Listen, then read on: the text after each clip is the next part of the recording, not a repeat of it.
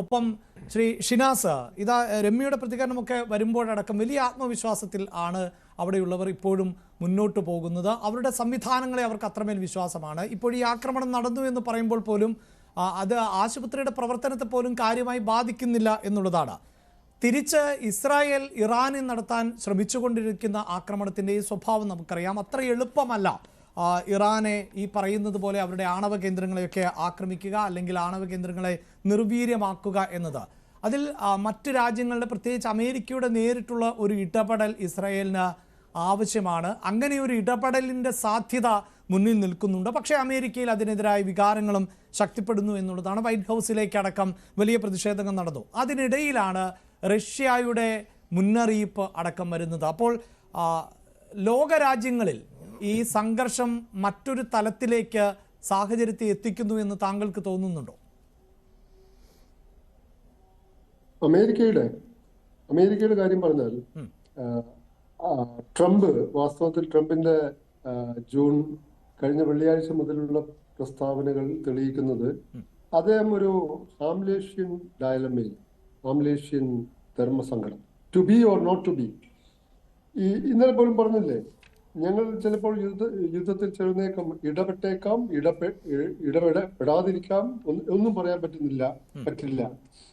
അതേപോലെ G7 ഉച്ചകോടി പാതി വഴിക്ക് അവിടുന്ന് ട്രംപ് പോയപ്പോൾ പറഞ്ഞത് ഇത് സീസ് ഫയറിനാണോ എന്ന് ഇമാനുവൽ മക്രോ ഒക്കെ ആ രീതിയിൽ പറഞ്ഞു.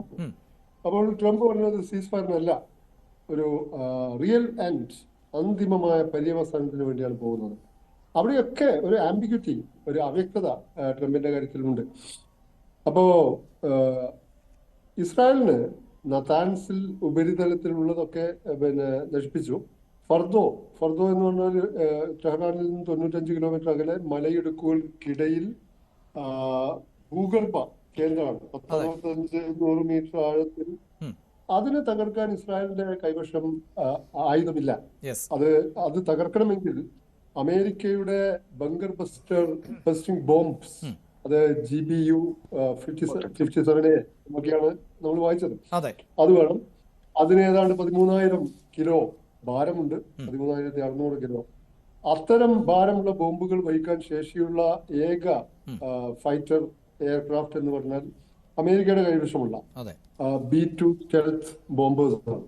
ഇപ്പൊ ഡീഗോ ഗാർഷ്യ അമേരിക്കൻ ബേസിൽ നിന്ന് B-2 അപ്രത്യക്ഷമായി, പഴയ സാറ്റലൈറ്റ് ഇമേജ് ഒക്കെ വെച്ച് നോക്കുമ്പോൾ. പിന്നെ 3 വിമാനവാഹി കപ്പലുകൾ എന്ന് വെച്ചാൽ ആ മേഖലയിൽ ഇടപെടാൻ തക്ക വിധം നീങ്ങിക്കൊണ്ടിരിക്കുകയാണ്. ചിലതൊക്കെ അവിടെയുണ്ട്, നിമിത്സ് അങ്ങോട്ട് പോയിക്കൊണ്ടിരിക്കുകയാണ്. അപ്പൊ ഏതെങ്കിലും നിമിഷം അമേരിക്കക്ക് ഇടപെടേണ്ടി വന്നേക്കാം എന്ന ഒരു സാഹചര്യമുണ്ട്. സിറ്റുവേഷൻ റൂമിലൊക്കെ ചർച്ച നടക്കുന്ന ഏറ്റവും അന്തിമമായ, ഇപ്പം ബിൻ ലാദൻ വധിക്കുന്നതൊക്കെ ആ ഓപ്പറേഷൻ സിറ്റുവേഷൻ റൂമിൽ നിന്നും ഹിലറി ക്ലിന്റണും ബരാക് ഒബാമയും ഒക്കെ കാണുന്ന ദൃശ്യങ്ങൾ നമ്മൾ കണ്ടതാണ്. അപ്പം വളരെ നിർണായകമായ ചില തീരുമാനങ്ങൾ എടുക്കാൻ, അല്ലെങ്കിൽ വളരെ നിർണായകമായ ചില ചർച്ചകൾ നടത്താനാണ് സിറ്റുവേഷൻ റൂമിൽ യോഗം ചേരുക. അപ്പൊ നിർണായകമായ തീരുമാനം ഇപ്പോ ഇസ്രായേലിന്റെ പ്രഖ്യാപിത ലക്ഷ്യം രണ്ടെണ്ണമാണ് നെതന്യാഹു പ്രഖ്യാപിച്ചിരിക്കുന്നത്. ഒന്ന്, ഇസ്രായേലിനെ പൂർണ്ണമായി ആണവ വിമുക്തമാക്കുക. 2, റെജിം ചേഞ്ച്, ഭരണമാറ്റം അല്ലെങ്കിൽ റെജിം കൊലാപ്സ്. ഇത് രണ്ടുമാണ്. പക്ഷേ ഈ ഇസ്രായേലിനെ പൂർണ്ണമായി അണ്വായുധ വിമുക്തമാക്കുക എന്ന് പറയുമ്പോൾ ഫർദോ എന്ന് പറയുന്ന പ്രധാനപ്പെട്ട ആണവ സമ്പുഷ്ടീകരണ കേന്ദ്രം, ഭൂഗർഭ കേന്ദ്രത്തിൽ സ്ഥിതി ചെയ്യുന്നത് അമേരിക്കയുടെ സഹായത്തോടെ തകർക്കാനാണ് ഇസ്രായേലിന്റെ ആഗ്രഹം. അപ്പൊ ഇസ്രായേൽ അമേരിക്കയോട് പറയാതെ പറയുന്നത്, ഞങ്ങൾ എല്ലാ ഗ്രൗണ്ട് വർക്കും ചെയ്തു കഴിഞ്ഞു, ഞങ്ങൾ വ്യോമ പ്രതിരോധ സംവിധാനങ്ങൾ എല്ലാം നിഷ്പ്രഭമാക്കി, നിർവീര്യമാക്കി, ഇറാനിൽ നിന്ന് ആ രീതിയിലുള്ള ഭീഷണികളൊന്നുമില്ല, നിങ്ങളുടെ വിമാനങ്ങൾക്കും ഞങ്ങളുടെ വിമാനങ്ങൾ പാറിപ്പറക്കുന്നത് പോലെ ടെഹ്റാന്റെ ആകാശത്ത് പാറിപ്പറക്കാം, എല്ലാ ഗ്രൗണ്ട് വർക്കും ഞങ്ങൾ ചെയ്തു കഴിഞ്ഞു. പക്ഷേ ഇറാനെ സമ്പൂർണമായി അണ്വായുധ വിമുക്തമാക്കാൻ ഫർദോയിലെ ആണവ സമ്പുഷ്ടീകരണ കേന്ദ്രവും നതാൻസിൽ അവശേഷിക്കുന്ന ഭാഗങ്ങളും തകർക്കാൻ ഈ ബങ്കർ ബസ്റ്റഡ് ബോംബ്സ് വേണം. അത് തന്നെ നമ്മൾ അറിയുന്നത്, ഈ ബങ്കർ ബസ്റ്റഡ് ബോംബ്സിന് ഒന്നിട്ടാൽ പോരാ, പല തവണ മൾട്ടിപ്പിൾ സ്ട്രൈക്സ് വേണം. അത് അപ്പൊ വാസ്തവത്തിൽ എൻ്റെ ഒരു സംശയം ഈ ന്യൂക്ലിയർ ഡിറ്ററൻസ്, ഈ ന്യൂക്ലിയർ ഓർഡറിന്റെ മൊത്തം കൊലാപ്സ്, ഒരു തകർച്ചയാണ് നമ്മൾ കാണുന്നത്. യെസ് യെസ് ആ സോവിയറ്റ് യൂണിയൻ ശീതയുദ്ധ കാലത്ത് പറഞ്ഞോളൂ. യെസ്, ഞാൻ അദ്ദേഹത്തിലേക്ക് വരാം. ഇപ്പോൾ വീണ്ടും ഒരിക്കൽ കൂടി ഞാൻ രഘുനാഥ് നായരിലേക്ക് പോവുകയാണ്. സാർ, ഞാൻ ഒരുപക്ഷെ സൂചിപ്പിക്കാനിരുന്ന അതേ വിഷയം തന്നെയാണ് ഷിനാസ് സാർ ഇവിടെ സൂചിപ്പിച്ചു വെച്ചത്.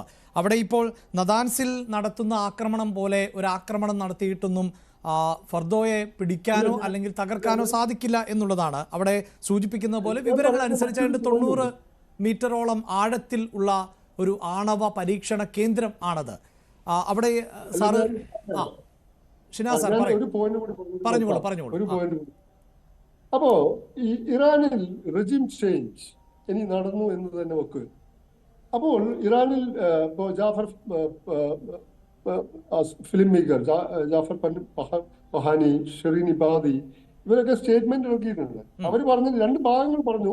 അവർ പറഞ്ഞിരിക്കുന്നത് ഇറാന്റെ പരമാധികാരത്തെയും അഖണ്ഡതയെയും ആര് തൊട്ട് കളിച്ചാലും അത് ഞങ്ങൾക്ക് സ്വീകാര്യമല്ല. പക്ഷെ ഇറാനിലെ ഈ മർദ്ദക, ഈ ക്ലറിക്കൽ ലീഡർഷിപ്പിനോട് ഞങ്ങൾക്ക് ഒരിക്കലും യോജിക്കാൻ പറ്റില്ല. അത് മാറി ഇറാനിൽ ഒരു റെസ്പോൺസീവ് ആയിട്ടുള്ള ഡെമോക്രാറ്റിക് ആയിട്ടുള്ള ഗവൺമെന്റ് വരണം. പക്ഷേ നോക്കൂ, ഇസ്രായേലിന് ഏതാണ്ട് 100ഓളം അണ്വായുധങ്ങൾ ഉണ്ട് എന്ന് എല്ലാവർക്കും അറിയാം. ഇസ്രായേൽ അത് ഒഫീഷ്യലായിട്ട് പ്രഖ്യാപിച്ചിട്ടില്ലെങ്കിലും. അപ്പോൾ ഇറാന് അണ്വായുധങ്ങൾ ഇല്ല എന്ന് നിശേഷം ഉറപ്പുള്ളത് കൊണ്ടാണ് ഈ ഇസ്രായേൽ ആക്രമിക്കുന്നത്. ഇറാന്റെ കൈവശം 2ഓ 3ഓ അണ്വായുധങ്ങൾ ഉണ്ടെങ്കിൽ അത് മിസൈൽസിനോട് മെയ്റ്റ് എന്ന് വെച്ചാൽ യോജിപ്പിച്ചിരുന്നെങ്കിൽ ഇങ്ങനെ ഒരു ആക്രമണം ഉണ്ടാവുമായിരുന്നില്ല. അപ്പോ ഈ ന്യൂക്ലിയർ ഡിറ്ററൻസിന്റെ ഇപ്പൊ ഇസ്രായേലിന് സ്വന്തമായ അണ്വായുധങ്ങളുണ്ട്. അമേരിക്കയുടെ ന്യൂക്ലിയർ അംബ്രല്ലയുടെ പ്രൊട്ടക്ഷൻ ഉണ്ട്. മാത്രമല്ല ഈ ഇസ്രായേലിന്റെ വ്യോമ പ്രതിരോധ സംവിധാനം ബഹുപാളികളുള്ളതാണ്. അയൺ ഡോം മാത്രമല്ല, ആരോ 2, ആരോ 3, ഡേവിഡ് സ്ലിംഗ്, പിന്നെ അമേരിക്ക തന്നെ വിന്യസിച്ച താഡ്, ഇതിനെയൊക്കെ മറികടന്നുകൊണ്ടാണ് ഇതാവുന്നത്. അത് തന്നെയാണ് ഇറാനും അവകാശപ്പെട്ടത്. ഈ സംവിധാനങ്ങളെല്ലാം സംവിധാനങ്ങൾ പരാജയപ്പെട്ടു എന്നതാണ് ഞങ്ങളുടെ മിസൈലുകൾ തെളിയിച്ചത് എന്നാണ് ഇറാൻ പറയുന്നത്. ഞാൻ രഘുനാഥ് സാറിലേക്ക് പോകുമ്പോൾ, സാർ,